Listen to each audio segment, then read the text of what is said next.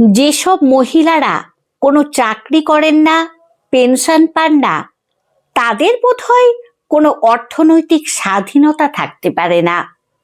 সময়ে সময়ে নিজের প্রয়োজনীয় জিনিসের জন্য স্বামী বা সন্তানের কাছে হাত পাততে হয়, অথবা তাদের বারংবার বলতে হয়। একজন মায়ের অনেক ইচ্ছে ঠিক এই কারণেই অনেকাংশে প্রকাশ হয় না। এই বাড়িতে যখন নতুন বিয়ে হয়ে এসেছিলাম, তখন শ্বশুর শাশুড়ি যা বলতেন সেটা অক্ষরে অক্ষরে মেনে চলতে হতো। আমার স্বামী তার বাবা মাকে অসম্ভব ভক্তি করতেন বলে কখনো মুখের উপর কথা বলতেন না। তিনি আমাকে পরিষ্কার বলে দিয়েছিলেন, বাবা মা যেটা বলেন সেটা যেন আমি মেনে চলি।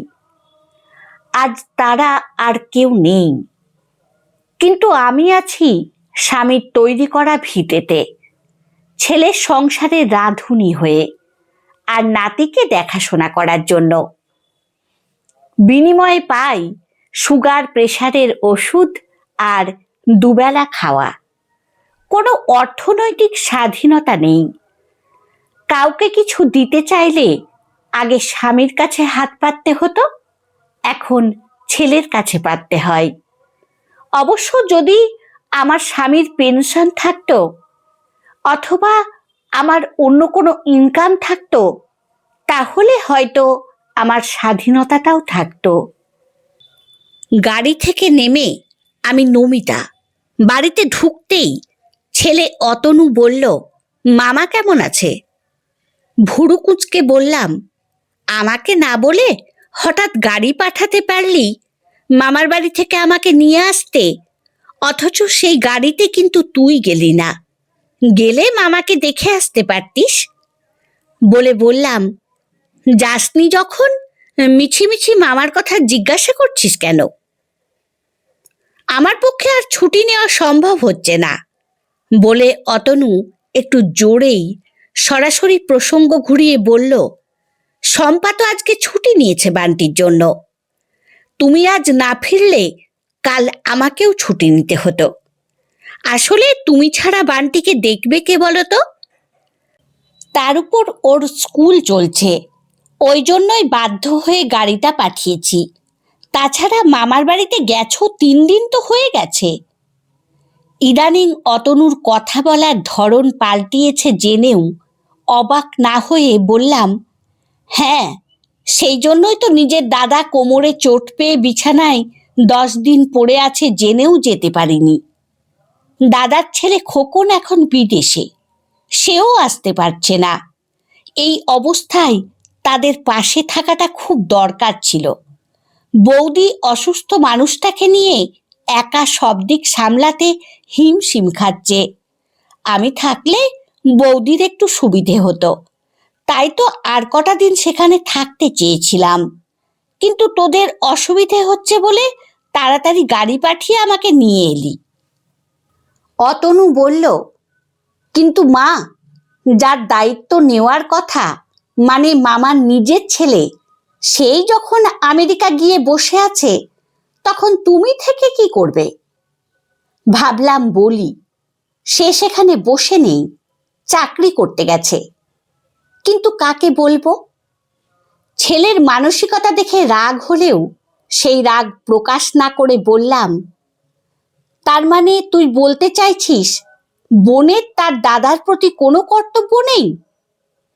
তোর বাবার অসুস্থতার সময় তোর মামা এসে আমাদের সকলের পাশে দাঁড়ায়নি? সেই সময় তোর মামা এসে না দাঁড়ালে তুই একা সব সামলাতে পারতিস? আজ তুই ফাঁকা গাড়ি পাঠালি, অথচ নিজে গেলি না। বলে বললাম, যদি বিপদে একজনের পাশে আর একজন না দাঁড়াতে পারি, তাহলে কিসের আত্মীয়, কিসের সম্পর্ক? থাক ওসব কথা। বলে বললাম, আমি যাই, শাড়িটা বদলে নিই, তুই নিজের কাজ কর। কথা থামিয়ে নিজের ঘরের দিকে চলে এলাম। শাড়ি ছাড়তে ছাড়তে একটা কথা আমার খুব স্ট্রাইক করলো। আজ যেন অতনুর কথার মধ্যে আমার শ্বশুর শাশুড়ির কথার প্রতিধ্বনি শুনতে পেলাম। বিয়ের পর বাপের বাড়ি গিয়ে 2 থেকে 3 দিনের বেশি থাকতে পারতাম না। শ্বশুরমশাই বলতেন, 3 দিনই যথেষ্ট। তোমার শাশুড়ি মার এখন বয়স হয়েছে, সব দিক কি করে সামলাবে?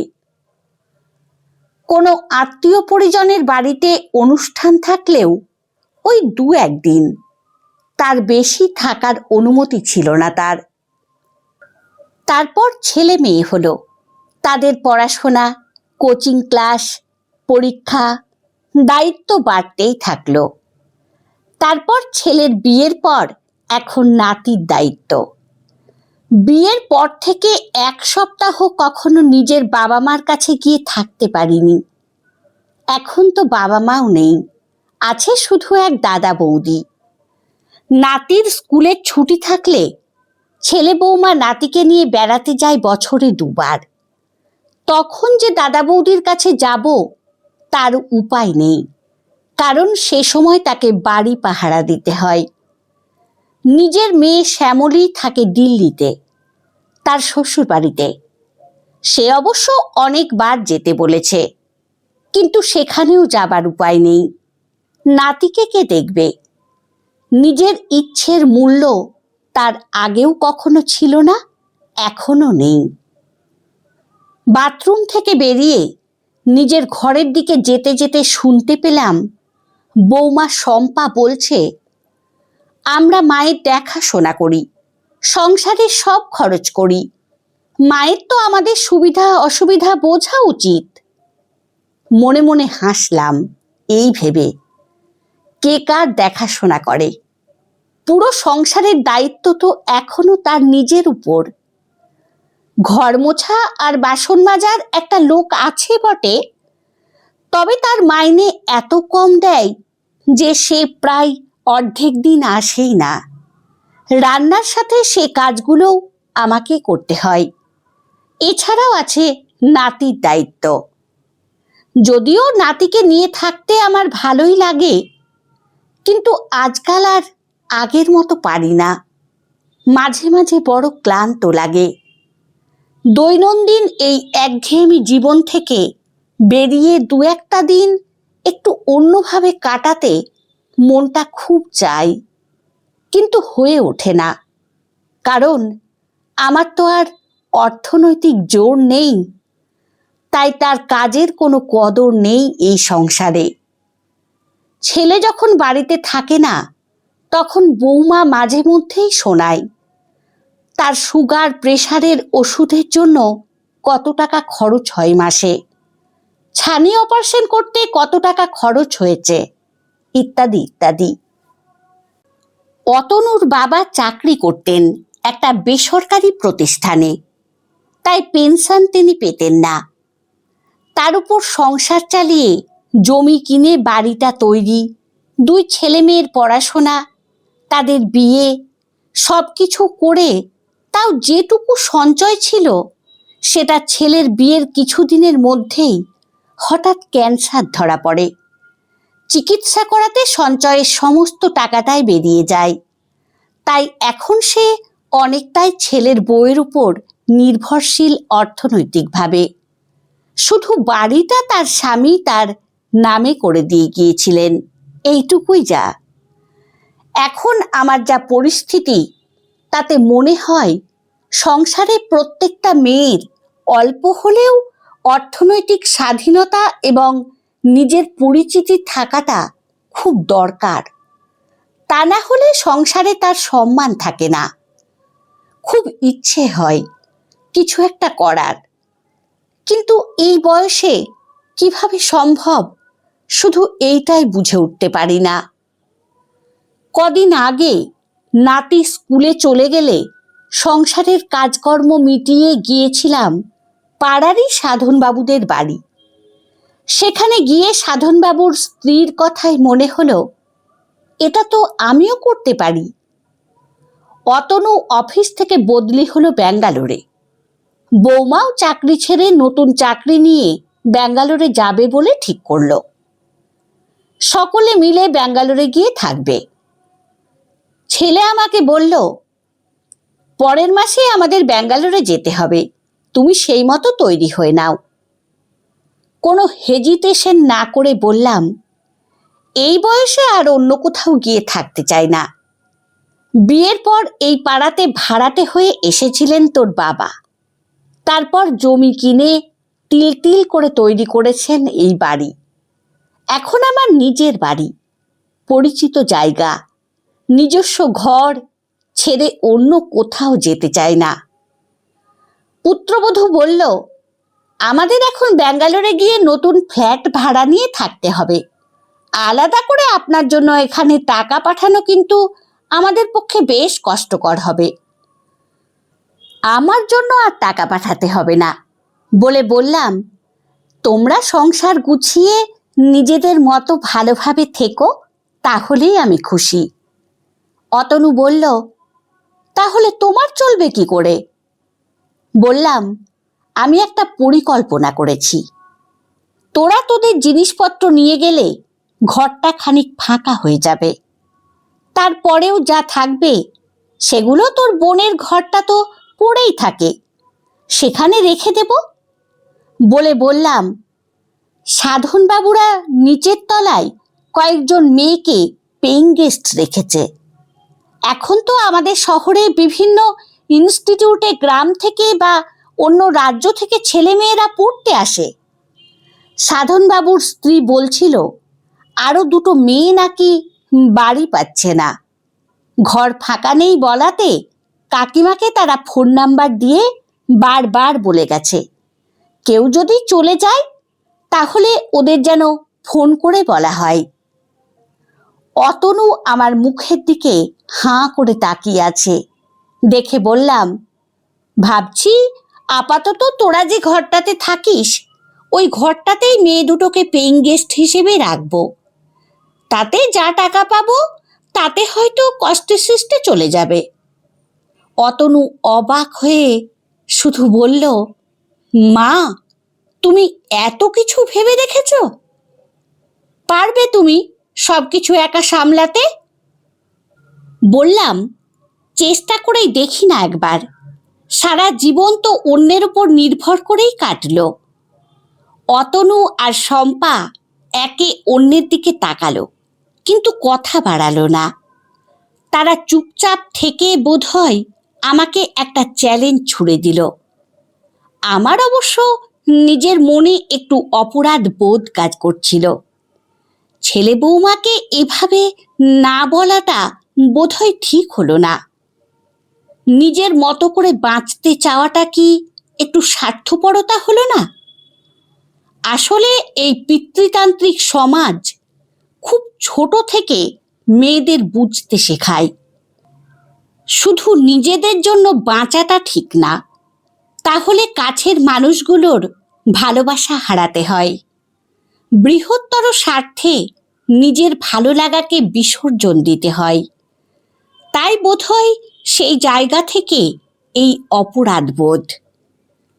মনের সব দ্বিধা দ্বন্দ্ব কেটে গেল যখন মেয়ে দুটো এলো।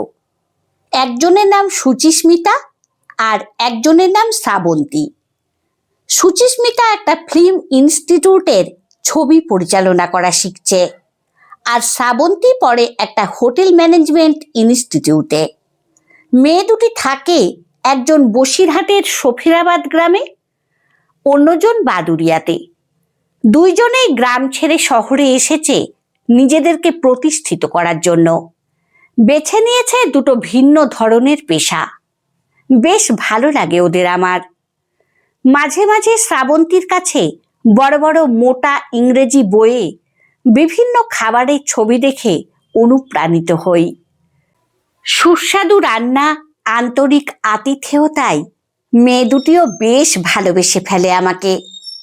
দুপুরের দিকে বাইরে থেকে আসলেই বানিয়ে দিই লেবুর শরবত কিংবা মাঝে মধ্যে লস্যি। মাথা ধরলে আদা দিয়ে চা খেতে খেতে অনেক গল্প হয় ওদের সাথে। তিনজন অসমবয়সী মানুষের মধ্যে বেশ একটা বন্ধুত্ব তৈরি হয়। ওরা আমাকে দিদা বলে ডাকতে শুরু করে। ওরা বলে ওরা খুব ভাগ্য করে এই বাড়িটা আর আমাকে পেয়েছে। অন্য সব বন্ধুরা যেখানে থাকে সেখানে রাঁধুনিরা রান্না করে, প্রায় ভালো খাবার পাওয়াই যায় না। আমার হাতে রান্না আর বাড়ির খাবার পেয়ে মেয়ে দুটো খুব খুশি। শ্রাবন্তী খুব মন দিয়ে দেখে আমি কি করে সবজি কেটে তাড়াতাড়ি করে রান্না করি। মাঝে মধ্যে বলে আমাদের ইনস্টিটিউটেও অত ভালো করে সবজি কাটতে পারে না অনেকেই। কথায় কথায় একদিন বলেই ফেললাম, ইচ্ছে হয় যে তোমাদেরকে আরো একটু ভালো মন্দ রান্না করে খাওয়াতে, কিন্তু সে সামর্থ্য আমার নেই। তোমাদের দুজনের দেওয়া টাকাতেই আমাকে সব কিছু খরচ চালাতে হয়। আস্তে আস্তে শ্রাবন্তী এবং সুচিস্মিতা দুজনেই জেনে যায় আমার ছেলে কোনো টাকা পাঠায় না, আর আমার কোনো পেনশন নেই, সঞ্চয়ও তেমন নেই। মেয়ে দুটো মনে মনে ঠিক করে আমার রান্নার রেসিপি ইউটিউবে একবার দিয়ে দেখবে। প্রস্তাবটা ওরা আমাকে বলে, তোমাকে বিশেষ কিছু করতে হবে না, শুধু সপ্তাহে একবার করে রান্না করলেই হবে, বাকিটা ওরা দুজনে দেখে নেবে। নাম দেওয়া হবে দিদার রান্নাঘর। দিদার রান্নাঘরের উদ্দেশ্য হবে কম খরচে খুব তাড়াতাড়ি কি করে সুস্বাদু বাঙালি খাবার বানানো যায় এবং সুন্দর করে পরিবেশন করা যায়, স্বাদ আর সাধ্যের মেলবন্ধন। শ্রাবন্তী বলে, দেখো দিদা, অনেকেরই ভালো লাগবে, কারণ এখন তো লোকের কাছে অতটা সময় নেই রান্না করার বা রান্না শেখার। এখন বাঙালি শুক্তো, ডাল, ঝিরিঝিরি আলু ভাজা, মোচার ঘন্ট, ডালের বড়া দিয়ে ডুমুরের ডালনা, মাছের কালিয়া, এইসব খেতে বড় বড় হোটেলে যায়, কত শত টাকা দিয়ে এইসব খাবার খায়। আর এইসব বড় বড় হোটেলের অভিজ্ঞতা সম্পন্ন শেফরা কত কত হাজার টাকা মাইনে পায় তুমি ভাবতেই পারবে না। আমি অবাক হয়ে শুনি আর ভাবি, সারা জীবন এইসব রান্না তো কতই করেছি, টাকা পয়সা তো দূরের কথা, শুধু ভালো রান্না করি এইটুকু স্বীকৃতিও যদি বাড়ির মানুষগুলোর কাছ থেকে পেতাম তাহলেও হয়তো ভালো লাগতো। শুরু হলো দিদার রান্নাঘর। দারুণ সাড়া পড়ে গেল সকলের মধ্যে। প্রথম সপ্তাহেই দেখানো হলো তোমার বাড়িতে সন্ধেবেলা কিছু অতিথি আসবে, অথচ তোমার কাছে বেশি টাকা নেই, আছে হয়তো 70 থেকে 80 টাকা। এই দিয়ে বাইরের থেকে খাবার এনে 4 জনকে খাওয়ানো সম্ভব না, তাই বাড়িতে যদি সামান্য একটু মশলা থাকে তাহলে ঝটপট কিনে ফেলো ময়দা, আলু আর তেল। তাড়াতাড়ি বানিয়ে ফেলো গরম গরম কয়েকটা ফুলকো লুচি আর আলুর দম। তারপর তাকে সুন্দর করে কাঁচের বাটি আর প্লেটে সাজিয়ে পরিবেশন করো। সম্মান রক্ষাও হবে, আবার অতিথিদের পেটও ভরবে। কয়েক মাসের মধ্যেই বেড়ে গেল সাবস্ক্রাইবারের কয়েক লক্ষ সংখ্যা, হাতে এলো কিছু টাকা। সুচিস্মিতা একটা রান্নার অনুষ্ঠানে রান্না করার ব্যবস্থা করে দিল আমাকে। আশেপাশের কিছু লোকজন তো খাবারের অর্ডারও দিতে চাইল। ছেলে মাঝে মধ্যে ফোন করে, একটু আধটু কথা হয়, কেমন আছো ওইটুকুই। ছেলে বৌমা দুজনেই যে তার উপর রেগে আছে তা বুঝতে পারে। মাঝে মধ্যে মন খারাপ করে অবশ্য নাতি তার জন্য। মাঝে মাঝে ফোন করে কথা বলি নাতির সঙ্গে, মনটা ভালো হয়ে যায়। ইদানিং নিজেকে নতুন করে আবিষ্কার করতে পেরে আমি খুব খুশি। আর খুশি হব নাই বা কেন, নিজের উপার্জনের টাকা সামান্য হলেও এ বড় অমূল্য, সম্মানেরও। আমার ইচ্ছেগুলো যেন আলাদিনের আশ্চর্য প্রদীপের ছোঁয়ায় সত্যি হয়ে গেছে। প্রতিদিন নতুন উদ্যমে চিন্তা করতে থাকি, পরের সপ্তাহে কি রান্না করব, কিভাবে পরিবেশন করব। সকলের এত সুন্দর সুন্দর মন্তব্য পড়ে আমি একেবারে অভিভূত। নিজের অর্জিত টাকা দিয়ে একটা অ্যান্ড্রয়েড ফোন কিনলাম। আস্তে আস্তে শিখে নিলাম সব কিছু ওদের কাছ থেকে। সত্যি মেয়ে দুটোর কাছে আমার কৃতজ্ঞতার অন্ত নেই। আসলে কিছু সম্পর্কের কোনো নাম হয় না, সেগুলো প্রস্ফুটিত হয় একে অপরের শুভ কামনাতে আর ভালোবাসাতেই। প্রতিটা মানুষেরই একটা জেদ থাকা দরকার মনের ইচ্ছেটাকে বার করে আনার জন্য। মনের ইচ্ছেটা যদি ঠিক থাকে তাহলে হাতের রেখাটাও একদিন বদলাতে বাধ্য, তা সে যে কোনো বয়সেই হোক। গল্পটি আপনাদের কেমন লাগলো কমেন্টে অবশ্যই জানাবেন। ভালো লাগলে লাইক ও সাবস্ক্রাইব করে পাশে থাকবেন। ধন্যবাদ।